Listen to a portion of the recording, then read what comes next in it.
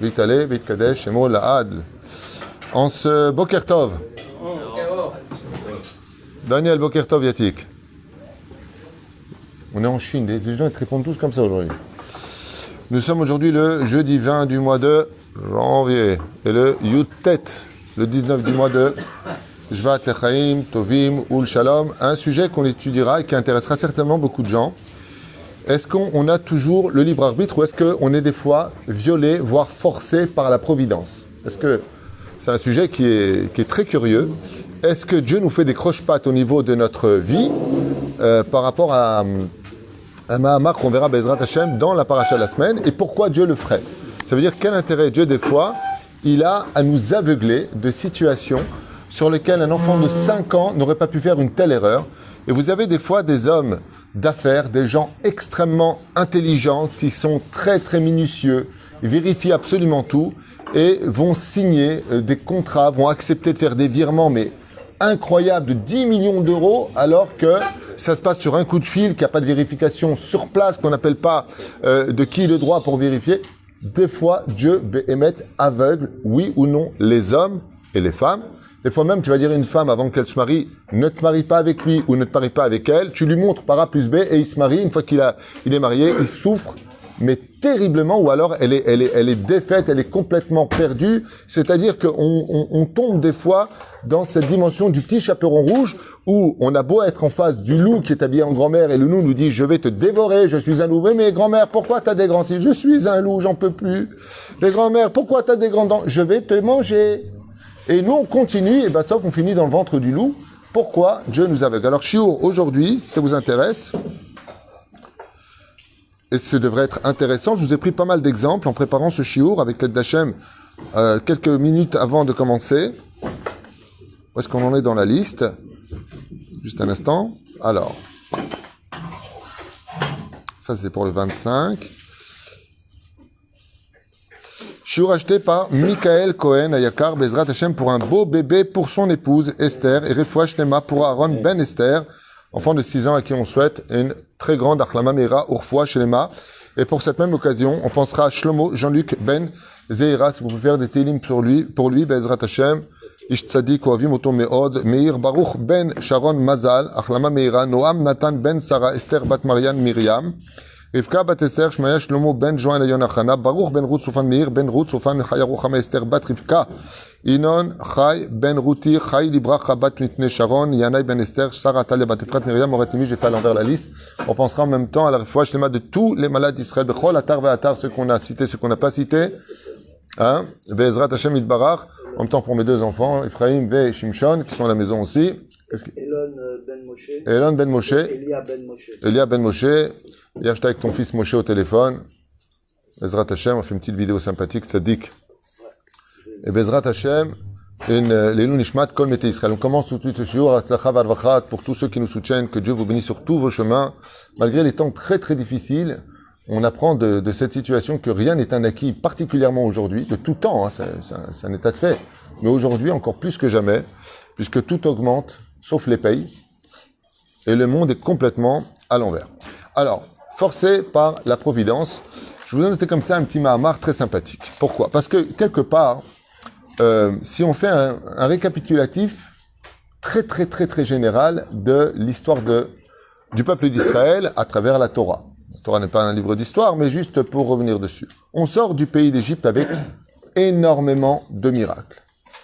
Les miracles qui sont prodigués en Égypte viennent nous montrer la puissance, la magnificence que Dieu a créé non seulement le monde, mais que le monde est soumis à la providence divine et que Dieu renverse sa nature quand il le veut, s'il le veut et quand il le veut. Rien n'est un acquis. La logique disparaît face à la puissance d'Hachem, c'est ce que tout le monde constate et c'est ce que les Égyptiens eux-mêmes subiront. Il va aveugler Pharaon. Pourquoi est-ce qu'il l'aveugle? Les sages nous disent à cause de son orgueil. En d'autres termes, comme l'enseigne nos Chachamim, l'homme est emmené là où il veut aller. Qui l'emmène? Une grande question qui se pose par rapport à cela. Alors, il vient de dire Yosef Hachem. Réponse, non. Ses jambes, non plus. Lui-même, non plus. Sois plus précis. sa bêtise crée des anges négatifs qui l'emmèneront là où il veut aller. Et si, non, la vérote. Molechin et Adam les filles retsonotav. Là où tu veux aller, on t'emmène. Mais qui t'emmène? Ce que tu vas créer. C'est-à-dire, tu veux de la Torah, tu veux des anges, tu crées des anges blancs, tu te comportes bien. Ils vont t'emmener vers là-bas. Ces mêmes anges deviennent un avocat, une puissance qui peut intervenir dans ta destinée, t'emmener vers la positivité de ta vie. Mais si, par exemple, tu as de la vulgarité, tu te prends pour un dieu, tu n'arrêtes pas d'écraser tout le monde et tout ton but, c'est de briller, quitte aux dépens des autres, pour montrer ta supériorité, eh bien, tu finiras comme Pharaon, où il pouvait encore faire teshuva pour les 5 premières plaies. Il l'emmène où? C'est pas Dieu qui lui endurcit son cœur, c'est sa propre bêtise qui s'endurcit elle-même.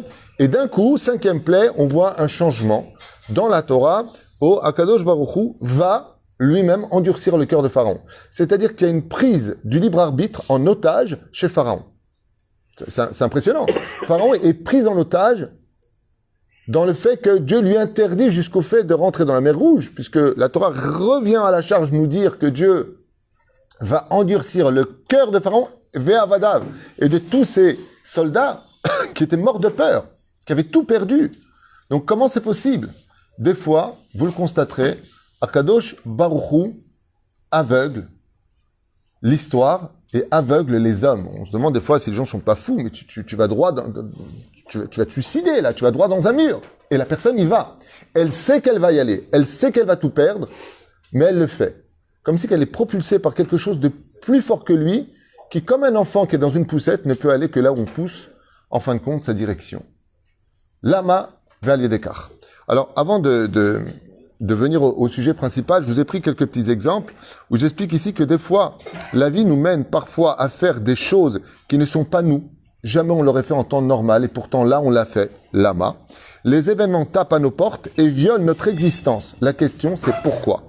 Comme exemple, Adam Arishon crée des dieux des mains de Dieu lui-même. Faute. Pourquoi? Nos sages nous disent, c'est vrai qu'il est tombé, c'est vrai tout ce que tu veux qu'il y a eu la catastrophe, c'est vrai, Nachon, c'est Nachon. Oui mais, il y a un oui mais. C'est quoi? On a gagné le mérite des mitzvot.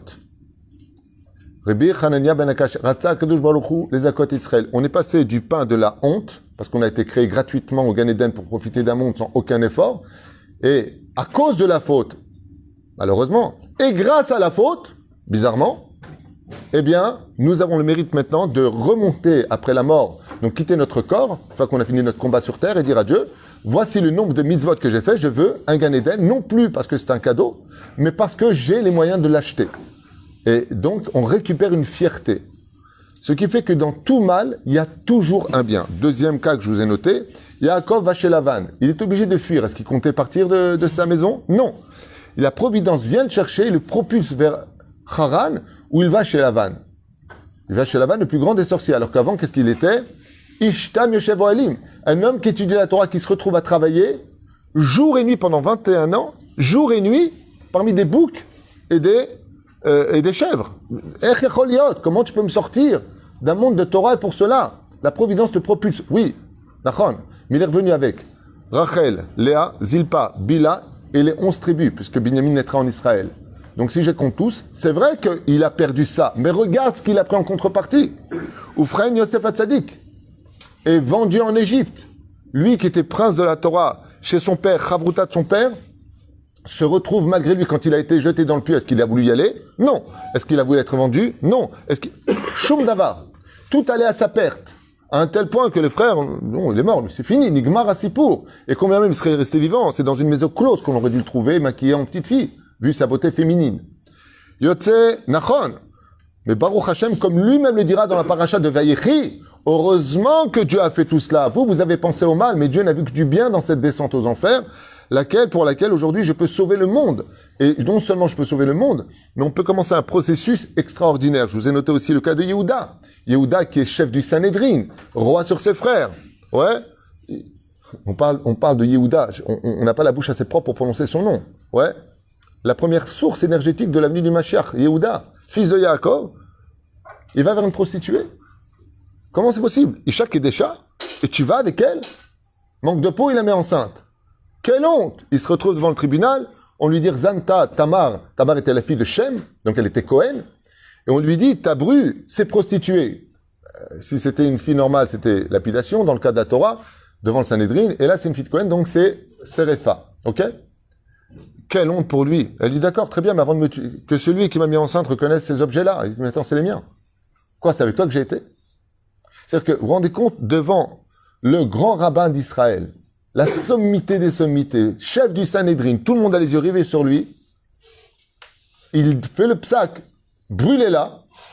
Comment t'as pu faire une chose pareille? Comment est-ce que le mec, il est venu sur toi? T'es une cala, t'es promis à Sheila, mon troisième fils. Il y a le digne de ce qu'on appelle l'iboum. Eh ben oui, mais le problème, c'est que... Il y en a un qui reconnaît ça ici. Yehuda, il dit, c'est moi. Tout le monde sur... Quelle honte. Quelle descente aux enfers. Il est mené dans une destinée à laquelle il ne s'attendait pas du tout. Et elle tombera enceinte de 2 garçons, Paretz et Zerach, qui donneront naissance à l'avenue du Mashiach, par le biais de Boaz. C'est-à-dire que s'il n'y avait pas eu cette action, il ne serait jamais devenu le roi de ses frères. C'est parce qu'il a eu l'honnêteté de reconnaître son erreur que Dieu a dit, toi tu es digne d'être. C'est-à-dire que la descente aux enfers vient nous apporter, oui mais, le oui mais, c'est vrai que t'as, oui mais, comme une fois une matronita a dit à Rabbi Yossi, et ton Dieu est un voleur. Il dit pourquoi? Il a endormi Adam Arishon pour lui voler une côte. Il lui a dit un jour, c'est vrai, c'est un manque. Bah, il a endormi. Tardema, il lui a volé une côte. Il lui dit un jour, il y a un voleur qui est venu chez moi, il m'a volé un vase de terre pour me le remplacer par un vase en or. Elle lui a dit, la matronita, la princesse romaine, elle lui a dit, ah ben, j'aimerais bien qu'il vienne me visiter toutes les nuits. Il lui a dit, je te parle de Dieu. C'est vrai qu'il lui a pris une côte à Adam Arishon. Oui, mais il lui a donné une femme. Bon, je sais qu'il y a des gens qui préféraient se marier avec une côte qu'avec leur femme, mais de façon générale. Je vous ai encore nommé 2 petits exemples comme ça. Le peuple d'Israël jeté en esclavage. Oui, mais il y a marqué Beitu Israël Berechouch Gadol. Les enfants d'Israël sont sortis avec de très très grandes richesses et grâce à cet esclavage, on a été digne de recevoir après le birour des Nitzotzot, le tri des étincelles qu'on devait faire. Enfin, on devait prendre la Torah. Donc, si cet esclavage était pour prendre la Torah, c'est le oui, mais. Dans le désert, on est rentré, il n'y avait rien à boire, rien à manger. On a commencé à se plaindre. Oui, mais on a mangé quoi? La manne qui venait du ciel et le puits de Myriam qui ont nettoyé nos corps et nos âmes de toute impureté. Et pour finir, je vais encore nommer un petit truc comme ça. 2 mois. Une expérience que j'avais vécue à l'époque où il y a eu l'Antifada, pour ceux qui étaient là dans les années... un peu avant aussi. J'avais toutes mes boutiques qui marchaient très bien, tout allait bien, à Tel Aviv, à droite et gauche, une période. Et l'Antifada nous a tout bloqué. Alors bien entendu, en Israël, la loi à l'époque, Shadou, c'est vous ne sortez pas, d'accord, mais la banque, par contre, elle prenait toujours les intérêts. La banque, elle ne s'arrêtait pas. Ouais, mais c'est, on va dire, ne sortez pas, ne travaillez pas. Ouais. Donc, ce qui fait que j'ai dû fermer mes boutiques. Et je me suis retrouvé du jour au lendemain de beaucoup à tout redémarrer à zéro. Baruch Hashem, c'était une des plus belles choses qui m'est arrivée dans la vie, parce que grâce à ça, je suis retourné au collège. Je suis reparti prendre la digression, j'ai créé un collège avec Aguilo, après on a créé Aureliaou, et aujourd'hui, je suis là avec vous. Baruch Hashem, que c'est vrai que, oui, mais c'est pas moi qui l'ai voulu. Surtout quand le puits te donne de l'eau, t'as pas envie que ça s'arrête. Aval HaKadosh Baruch Hu, quand il prend quelque chose, c'est toujours pour. Alors, quel est le sujet d'aujourd'hui? Attends, on attaque avec tous ces exemples. Ils sont nombreux, dans tout le Tanakh, dans la vie, et chacun de vous pourra le dire, c'est vrai que, mais voilà que. Puis il y a ceux qui disent, je me suis marié, au final, j'aurais bien fait de me casser une jambe. Il y a aussi le sens contraire, des gens, mais c'est pas arrivé. Alors, moi, il y a un sujet qui m'intéresse particulièrement, même beaucoup, c'est le mariage du peuple d'Israël avec la Torah, avec le Créateur. Donc vous avez bien compris que dans la paracha de Yitro, nous allons prendre la Torah. D'ailleurs, je rappelle que ce soir, c'est Seudat Yitro pour les Tunisiens et les Constantinois qui le font. Manger des petits coquelets et tout ça. C'est là. Et il y a quelque chose de très sympathique, donc le mariage. Le mariage se constitue de 3 éléments principaux. Il y a une choupa, donc prend la montagne du Sinaï et la renverse au-dessus de la tête des enfants d'Israël pour en faire une choupa. Nous avons besoin du rabbin, j'ai nommé Moïse. Moshe Rabbeinu.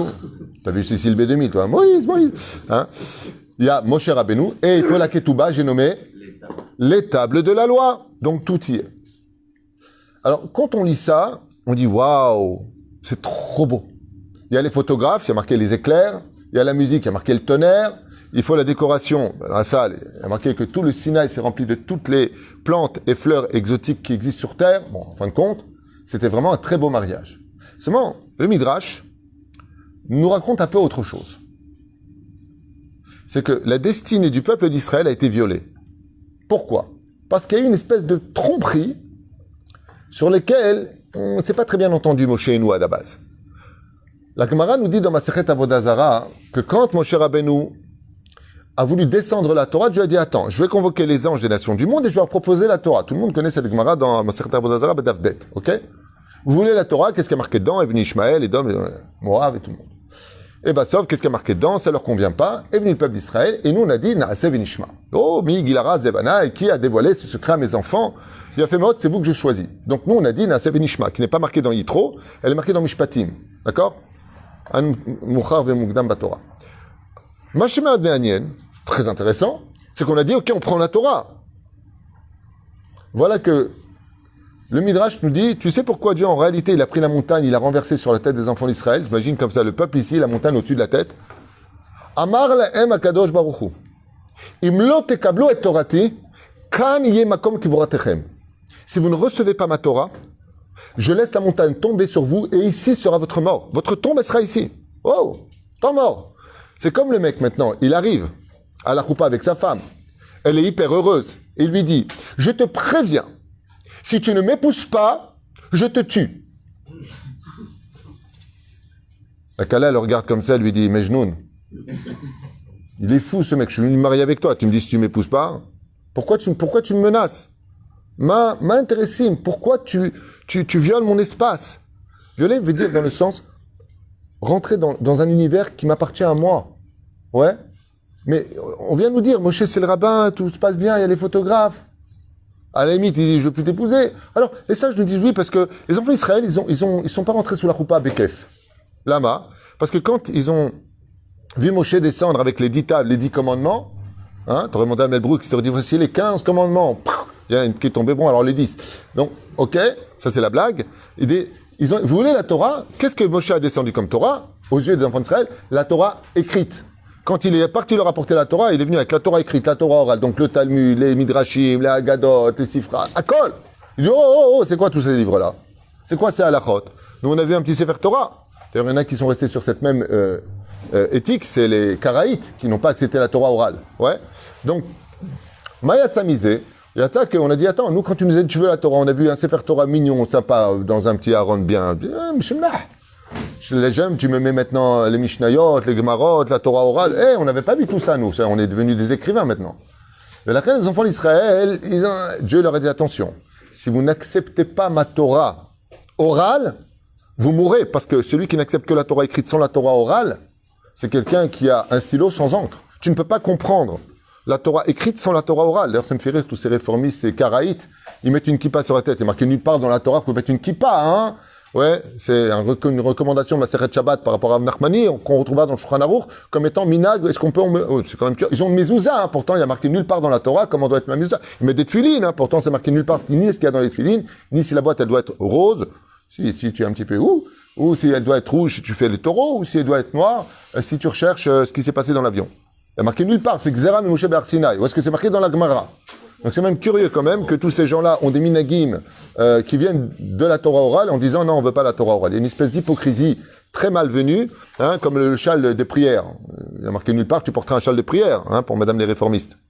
D'où vous sortez ça? Du Talmud. Donc vous faites en fin de compte le supermarché de la Torah orale, et là où ça vous dérange pour vos Yetzerara, vous les basez de côté. Bon, c'est une franchise qui dérangera beaucoup de gens, mais je ne peux pas faire autrement que de dire des vérités. Mais la reine, à moins qu'il y ait des réponses à me donner, ça me ferait plaisir. Je ne demande qu'à apprendre. Donc, s'il y en a un qui veut débattre, c'est les chmois. Aval, quoi qu'il advienne, non, pas toi, tu fais pas la taille. Moi, tu veux dire 1m44. Alors, pour finir, quelque chose de nifla, écoutez bien. Écoutez bien. Si on revient un petit peu en arrière, on vient pour se marier avec Hachem.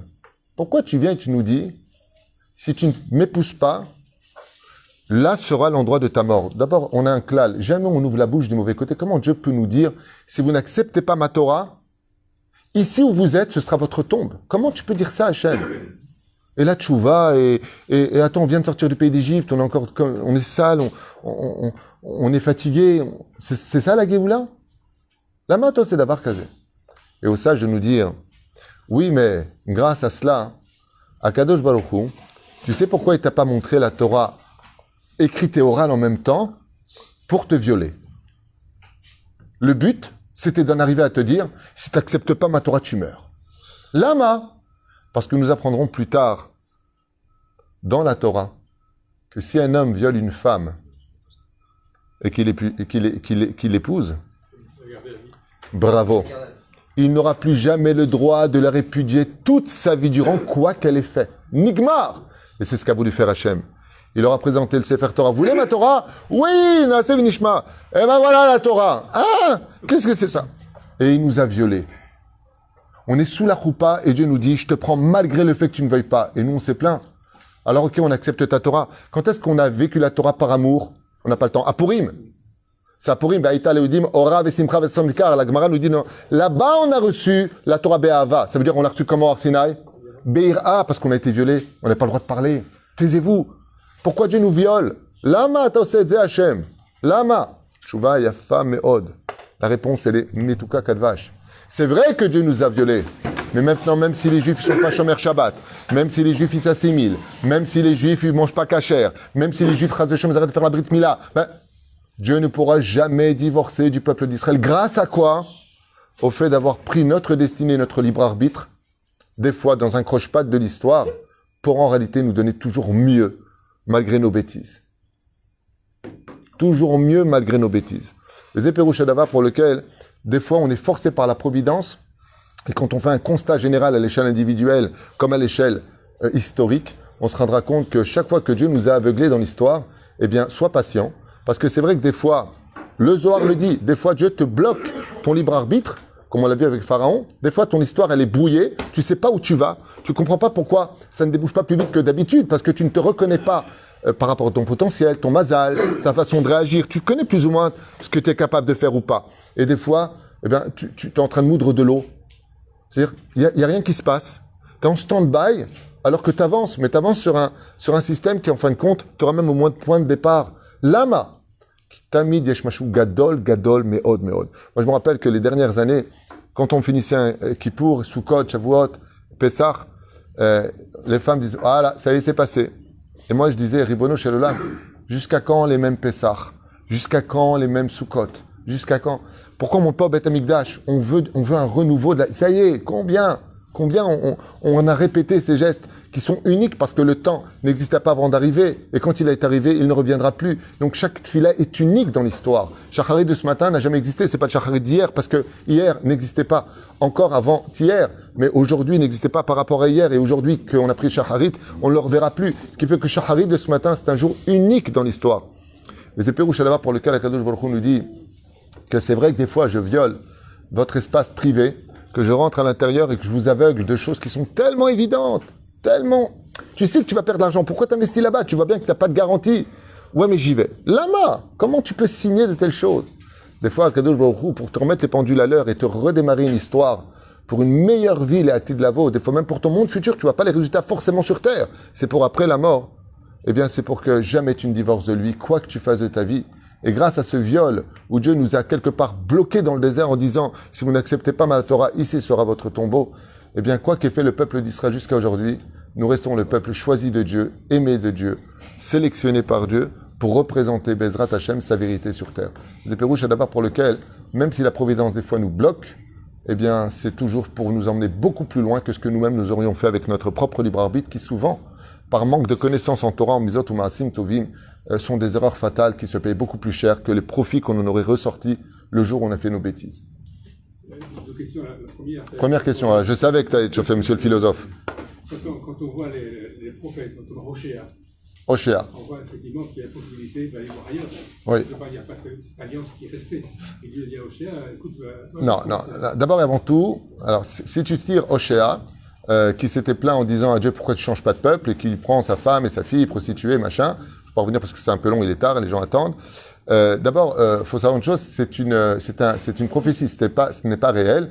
Et il a réalisé que, comme on le dira tous, on a beau avoir une fille qui se prostitue, une femme qui a fait des bêtises, c'est notre femme, c'est notre fille, c'est notre chair, tu comprends? Atatsodek baiser. Aval, qu'est-ce qu'on en a conclu justement de cet exemple? Que Oshéa fait tchouva. Donc Oshéa est d'accord avec Dieu. Par rapport à ce cours qu'on vient de faire, Oshéa tamponne le prophète Oshéa. Là, je rappelle que pour ceux qui ont des choses à demander à Dieu et que ça ne passe pas, j'avais appris ça de mon rave, tout celui qui fait une séouda en l'honneur de Oshéa, Navi, Oshéa Navi, c'est un des prophètes d'Israël, ce qui lui demandera, il est enterré en face de Chana Beshiva Banéa, juste en face c'est une grotte, c'est la grotte du Navi Oshéa à Tzfat. Et le prophète Oshéa, avant de partir, il dit, celui qui fera une séouda en mon nom à moi, pour moi, parlera de quelques psukim que j'ai fait. Après, il fera sa demande et du ciel, je l'aiderai à l'obtenir. Donc, ceux qui veulent se marier, ceux qui veulent se débarrasser, j'allais dire, ceux qui veulent déménager, venir en Israël, une parnassa, briut etana, briut yamim, top de faire une séouda en l'honneur du prophète Oshéa. D'accord? Deuxième question, monsieur. Deuxième question, ça viendra à l'occasion. Merci de nous suivre. Toda rabba b'shem Hashem na'aseh v'natzliach v'shinizkeh be'ezrat Hashem tamid, tamid, tamid, tamid. D'abord d'avoir bien la tête sur les épaules. Et si on ne veut pas faire de bêtises, il faut demander da'at Torah. Tout ce que l'on fait dans ce monde, lish'ol tamid da'at Torah, pour ne pas en arriver à des situations désobligeantes. Et des fois, quand dans la vie on fait des erreurs qu'on ne sait pas pourquoi, c'est vrai, c'est bizarre, j'aurais pas dû y aller, j'aurais pas dû faire. Il y a toujours des fois quelque chose derrière cette boue qui s'appelle un diamant que l'on découvrira toujours plus tard. Ah, c'est revenu. Mince. C'est donné par contrainte, permet quand même la possibilité du divorce, quelque part. La Torah nous a été donnée par contrainte. Mais elle dit explicitement que le divorce est possible. Non, absolument pas. Ah, dans la Torah, c'est marqué. Oui, non, mais pour nous. Ah oui, Oui, à l'échelle individuelle. c'est pas entre Dieu et... Pourquoi? Parce que l'histoire d'un couple ne peut pas. Alors, la différence qu'il y a, c'est qu'on peut adhérer à la Torah par la crainte. On peut adhérer à la Torah par l'amour, et quand on réunit la crainte et l'amour ensemble, ça fait un bébé qui s'appelle la joie. Aïta ora vesimcha. Ora vesimcha. La Torah ne se vit que pour ceux qui ont de la joie de la vivre. C'est pour ça que la teshuva numéro 1 dans ce monde, qui va être la base de toutes nos mitzvot, c'est la joie de vivre. Si t'as pas de joie de vivre, tu vas faire tomber ta Torah dans l'ombre de ta peine, de ta vie, et en fin de compte, tu deviens un juif, un peu, comment il s'appelle celui qui avait la goutte comme ça, là, un clown comme ça qui avait une goutte triste. Non? Pierrot, ouais. Tu deviens un peu Pierrot. Qu'est-ce que tu veux, toi? Un violeur, il ne peut pas divorcer. S'il se marie avec elle. Alors Dieu qui nous a d'abord violés, après il s'est marié. Mais nous, on a accepté à pourrir avec amour. Ah, il y a fait merde. Donc tu vois bien qu'en fin de compte, la Torah doit s'accepter avec amour. Mais la Torah peut se vivre par crainte. Comme ça, c'est marqué dans tous les livres de Moussar. Tu regardes dans Rishit Chochma. Tu peux étudier la Torah parce que tu fais tchouva parce que tu as peur maintenant de la mort, du Nivecheshbon, du Gehinam. Et puis tu peux aussi étudier la Torah parce que Bémet tu as découvert Dieu qui t'a donné un super loto, qui t'a remonté de l'impossible. Et là, tu connais Karatatol. Je vous raconter une anecdote comme ça avant de vous quitter à toute vitesse. J'ai une personne qui malheureusement m'a raconté qu'il regardait des choses qu'il n'aurait pas dû voir. D'accord? Il y a des choses, il allait voir des filles qu'il n'aurait pas dû voir et tout ça. Et un jour, sa femme a découvert qu'il faisait des bêtises. Et elle a découvert qu'il allait voir ailleurs, ok? Et elle est partie voir le rave donc de son mari. C'est pas un grand religieux, mais le rave lui a trouvé les mots qu'il fallait. Bassof lui a pardonné. Et j'ai dit à ces personnes que ça t'est jamais revenu à l'esprit de re-regarder des choses interdites ou d'aller voir encore des femmes. Il me dit tous les jours. Alors je lui ai dit. Je m'attendais pas à cette réponse, de temps en temps, elle, tu vois. Il me dit, tous les jours, ça me chatouille les pieds. Je lui ai dit, pourquoi tu le fais? Je lui ai dit, pourquoi tu fais, t'as peur de ta femme? Il me dit, non, j'ai pas peur de ma femme. Je vous promets que c'est vrai, hein. Il me dit, le miracle que Dieu m'a fait de me garder ma femme, mes enfants, qu'il m'a pas pris encore mon travail, que j'ai toujours la santé après toute la vérote que j'ai fait, il m'a dit, je peux plus. C'est pas que je veux pas, je ne peux pas. J'ai trop honte vis-à-vis de Dieu. Je sais que Dieu existe, je sais que... Mais il m'a sauvé d'une chose impossible. Il m'a donné une chance que je peux pas rater. Ce qui fait que chaque fois que je peux le faire, tu sais, ton portable, tu ouvres un site et puis tu fais ce que tu veux, hein. C'est facile aujourd'hui à le Gehinam. Ouais. Je lève les yeux vers le ciel et je dis à Hachem, pour toi, je peux pas. Alors sa femme, elle lui a dit, maintenant, m'appelle Dieu, celui-là. Pérouche à d'avoir que, des fois, par amour pour Dieu, Béhémet, tu fais pas. Et ça, c'était Pourim. Et l'ensemble des deux, Bezrat Hashem, la Torah que nous allons recevoir à l'époque du Mashiach s'appelle Tzion, qui mit Tzion, Titse Torah de ce ne sera pas une Torah ni de crainte, ni d'amour. Ce sera Sas, Anochi Alimratecha. Ce sera une Torah de Sas, Mazé Sas, Sasson, Vesimcha. C'est la joie. quand tu auras la Géoula, on va quitter la notion de crainte et d'amour, parce qu'on va rentrer dans une troisième dimension qui s'appelle vivre la Torah dans la joie absolue. Et ce qu'il y a de merveilleux avec la joie, c'est que dès qu'il y a de la joie, eh bien le Yetzer Hara se barre parce que c'est son antidote. La raison essentielle pour laquelle les hommes fautent, c'est parce qu'ils sont à la recherche de la joie. Donc ils ne l'ont pas puisqu'ils la recherchent. Toujours aller à droite, à gauche, faire des bêtises à droite, à gauche, tout essayer, les joints, les meufs, les bidules, les chouettes. Résultat, tu es à la recherche de quelque chose, mais tu as laissé un vide. Et ce vide permet au Yetzer Hara de s'installer dans nos vies. D'être toujours rempli de joie et de donner beaucoup de joie. Sauver une personne dans ce monde, c'est lui donner juste la joie dont il a besoin pour retrouver son Créateur sur son chemin. Kol Tov et Leitra.